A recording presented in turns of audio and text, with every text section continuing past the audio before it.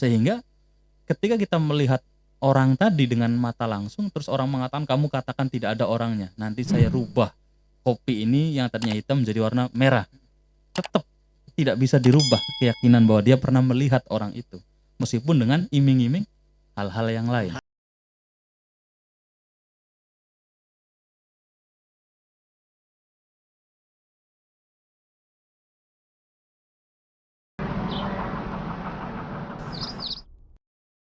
Kang Bagas sendiri kan menyinggung keyakinan dengan uzon atau prasangka ya.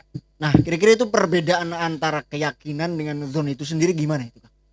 Iya, karena basic saya itu adalah usul fikih, pemikiran, maka saya akan merujuk untuk segala jawabannya dengan konsentrasi saya, yaitu usul fikih.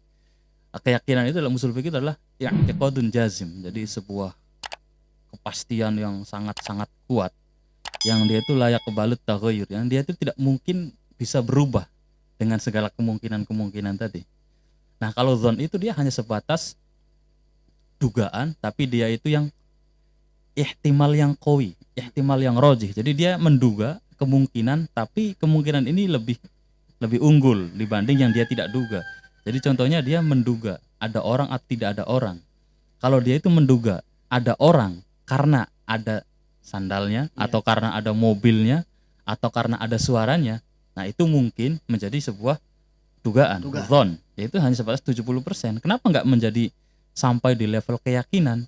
Karena bisa saja mobil yang dipakai mobil yang lain, sandal yang dipakai juga sandal yang lain, dan suara yang didengar juga bukan suara langsung dari orang tadi. Mungkin lagi nyetel mungkin tip atau rekaman atau yang hal memang yang mirip lain. Suaranya dengan dia. Iya, sehingga meskipun kita itu memiliki prejudice ya, memiliki kemungkinan atau dalalah atau isyarah untuk menunjukkan wujud tadi, karena tidak bisa menjadi sebuah kepastian, nah kita katakan zon.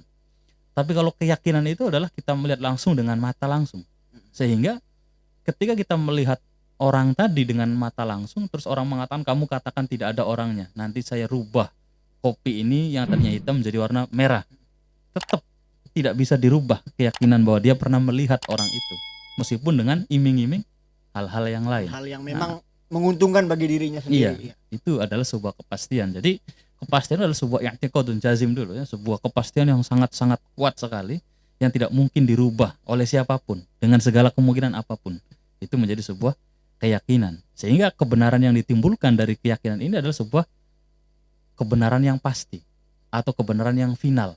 Tidak bisa dirubah lagi dengan cara apapun, dengan iming-iming apapun. Tetapi ketika hasil dari zon, dia masih bisa dirubah, itu kan?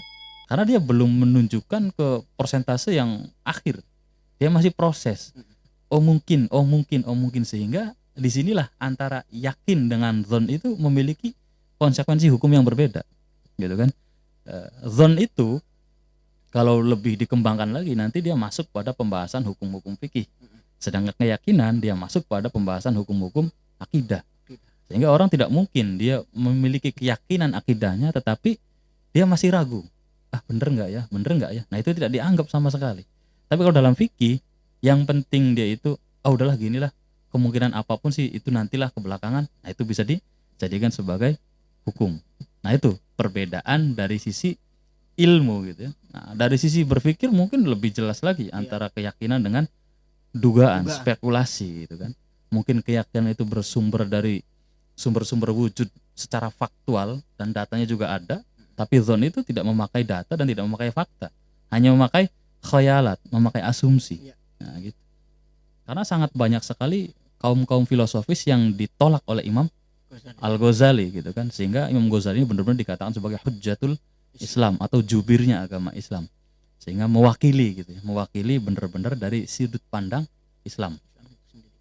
Nah, oleh karena itu untuk membahas sebuah apakah keyakinan kita terhadap hal yang tidak nampak itu mungkin gitu ya, ataukah dengan keyakinan itu harus melibatkan, harus dirasa dengan panca indera dulu, atau bagaimana?